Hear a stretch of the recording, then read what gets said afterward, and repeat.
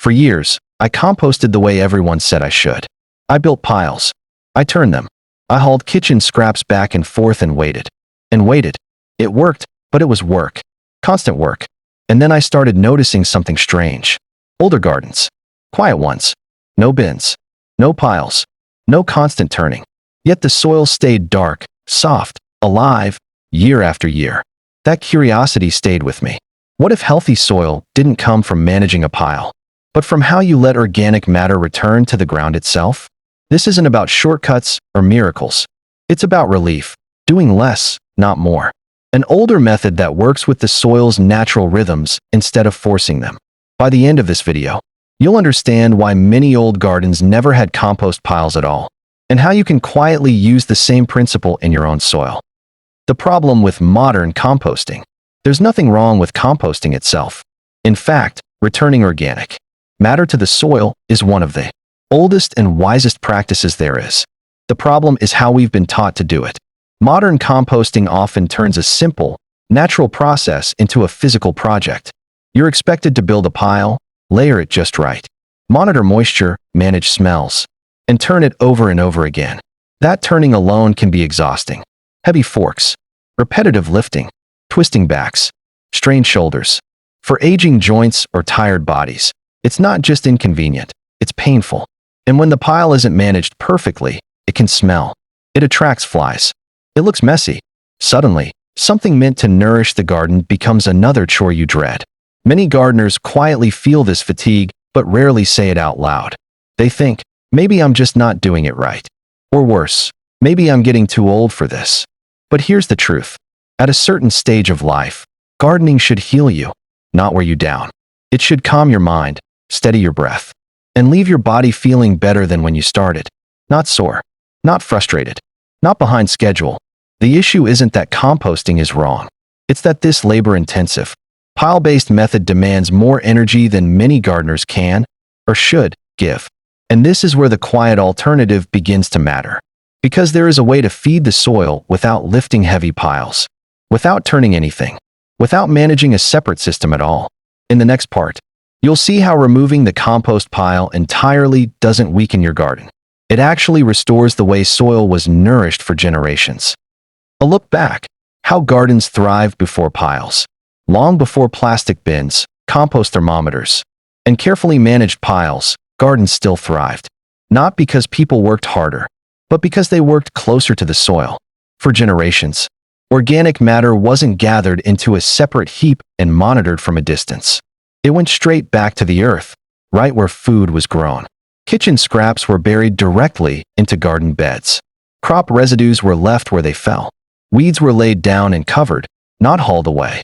In many places, gardeners practiced what we now call trench composting, digging a shallow trench, adding food scraps or plant waste, and covering it with soil.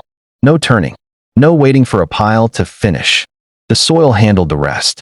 Others fed their land through sheet mulching, layering leaves, straw, and organic matter directly on top of the ground. Rain pressed it down. Worms pulled it in. Time did the work quietly. And in fields, organic matter returned exactly where crops grew. Stalks, roots, and leftovers weren't removed. They became tomorrow's fertility. The soil was treated less like a machine to be fueled, and more like a living system to be trusted. What's striking isn't how complex these methods were. It's how simple they were. There was no obsession with speed, no anxiety about perfect ratios, no sense of fighting decay or forcing it along. They didn't manage compost. They trusted time, and that trust mattered, because soil organisms, bacteria, fungi, insects, worms, were allowed to do what they've always done when left undisturbed. Break things down slowly. Feed the soil from within. Build richness layer by layer, season by season. This wasn't laziness. It was wisdom earned by observation. They noticed that when organic matter stayed close to the soil, life returned faster, moisture held longer, and the ground grew darker, softer, more forgiving with each passing year. Understanding this past doesn't mean rejecting modern knowledge. It simply reminds us that soil health was never dependent on piles. In the next chapter, you'll see how these old practices quietly survive today, and how removing the pile doesn't take you backward, but gently brings your garden home again. Introducing the pile-less method. Here's the quiet shift that changes everything. There is no pile, no turning, no hauling scraps back and forth. Instead of managing compost somewhere else, you let the soil receive it directly, gently, slowly, and in small amounts. The method is simple. When you have vegetable scraps, garden trimmings, or plant waste, you return them straight to the garden bed, either laid on the soil surface or lightly buried just beneath it. Then you cover them with what the garden already understands: leaves, straw, dry grass, or mulch. That's it. No mixing, no waiting for heat, no schedule. Under that thin covering, the real work begins. Worms pull material downward. Microbes break it apart. Fungi weave it into the soil structure. Nothing is rushed. Nothing is forced. The soil organisms do what they've always done when given time and protection. For those with aging backs, stiff joints, or limited energy, this matters, because the effort stays light and controlled. You add small amounts at a time, not buckets or heavy loads. A handful here, a thin layer there. And there are a few important boundaries that keep this safe and trouble-free. Avoid meat, dairy, and oily foods. Stick to vegetable scraps, plant material, leaves, and garden waste. Always keep scraps covered with soil or mulch to discourage pests. Spread additions out instead of concentrating them in one spot. This isn't about feeding the soil faster. It's about feeding it steadier. When organic matter is added this way, it doesn't overwhelm the system. It becomes part of the soil's daily rhythm: moisture, decay, renewal. Many gardeners worry this sounds too easy, like something important must be missing. But remember, soil life doesn't need supervision. It needs conditions: moisture, cover, time. This method doesn't abandon composting. It simply removes the middle step. And for many people, especially later in life, that removal brings relief. Gardening returns to being calm, grounded, and restorative again, instead of another task to manage. In the next chapter, we'll look at why this pile-less approach often improves soil health over time, and why doing less can quietly give the garden more. Why this method works. At first glance, this pile-less approach can feel almost too simple. But what makes it effective isn't effort, it's biology. Healthy soil is alive. Within a single handful are billions of microorganisms, along with worms and networks of fungi, all quietly working together. Their job is to break down organic matter and turn it into food plants can use. When scraps are added directly to the soil, lightly buried or covered, those helpers don't have to travel or wait. They get to work right where the nutrients are needed. Worms pull soft material down as they move. Microbes soften it further. Fungi thread through the soil, sharing nutrients across plant roots like an underground exchange system. Nothing is rushed. Nothing overheats. Everything happens at the pace the soil can handle. This slow breakdown brings a few important benefits. First, moisture stays in the ground longer. A covered soil surface doesn't dry out as quickly. Leaves and mulch act like a blanket, protecting the soil from heat and wind. Plants experience fewer stress swings, especially during dry spells. Second, nutrients remain where plants can reach them, instead of being concentrated in a pile and moved later. Nourishment is released directly into the root zone. There's less loss, less disturbance, and more steady feeding over time. Third, the soil structure improves naturally. As organic matter breaks down in place, it creates tiny air pockets and pathways. Roots move more easily. Water drains better, but doesn't disappear too fast. The soil becomes softer, darker, and easier to work, often without digging. A simple way to picture it is this. It's like feeding the soil slowly, instead of cooking everything in a separate kitchen and carrying it back when it's done. The soil doesn't need a finished product. It needs a consistent supply. For many gardeners, the change isn't dramatic overnight. It's gradual, almost unnoticeable at first. But over time, you start to observe things. Beds stay moist longer after rain. Weeds pull out more easily. Plants seem steadier, less stressed.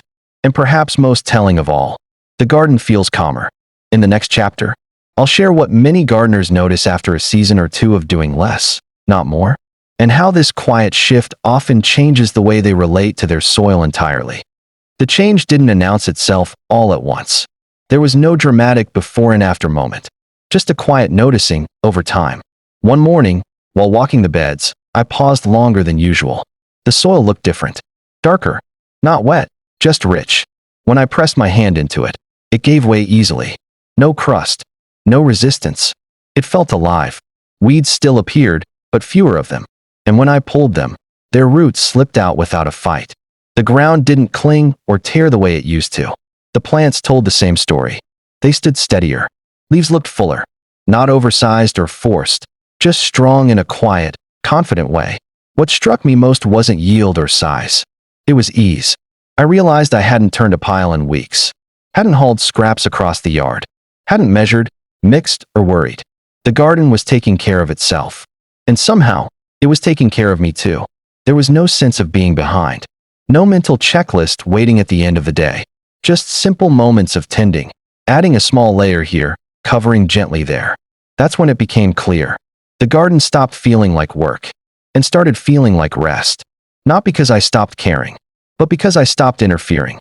The soil was doing what it had always known how to do once I gave it the chance. This wasn't about productivity. It was about relationship. Standing there, hands in the soil, I felt less like a manager and more like a witness. And that shift, from control to trust, changed everything.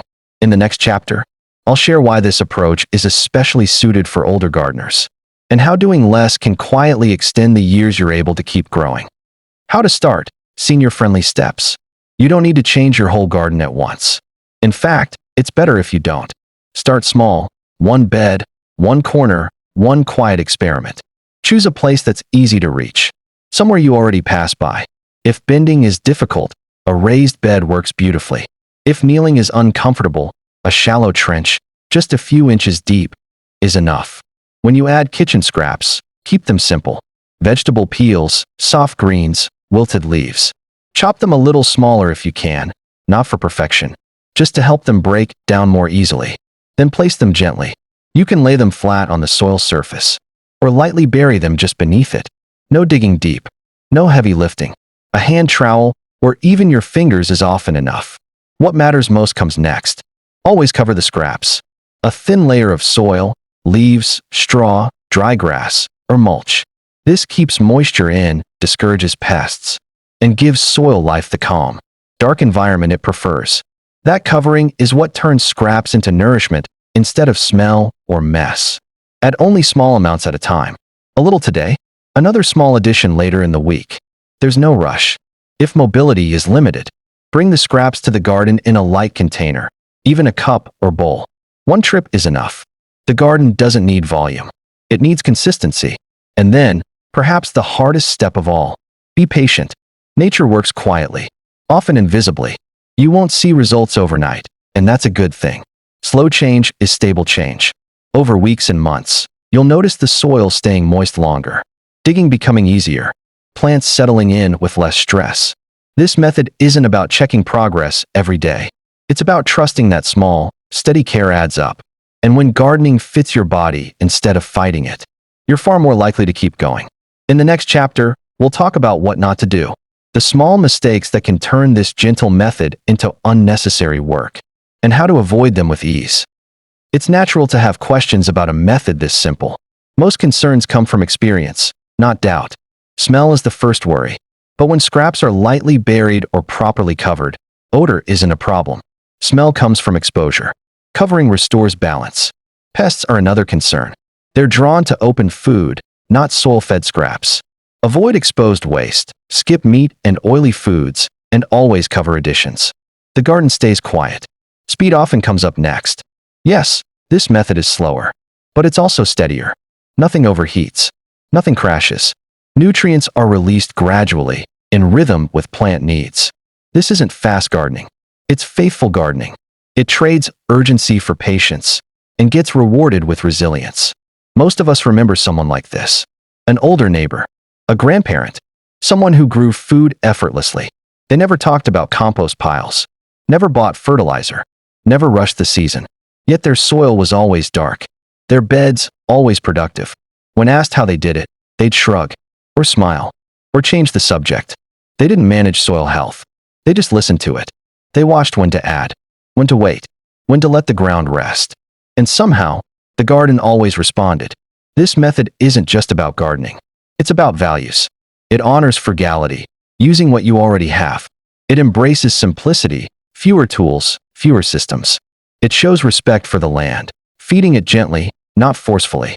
And perhaps most of all, it supports aging with grace. Less strain, less waste, less urgency, more trust, more patience, more peace.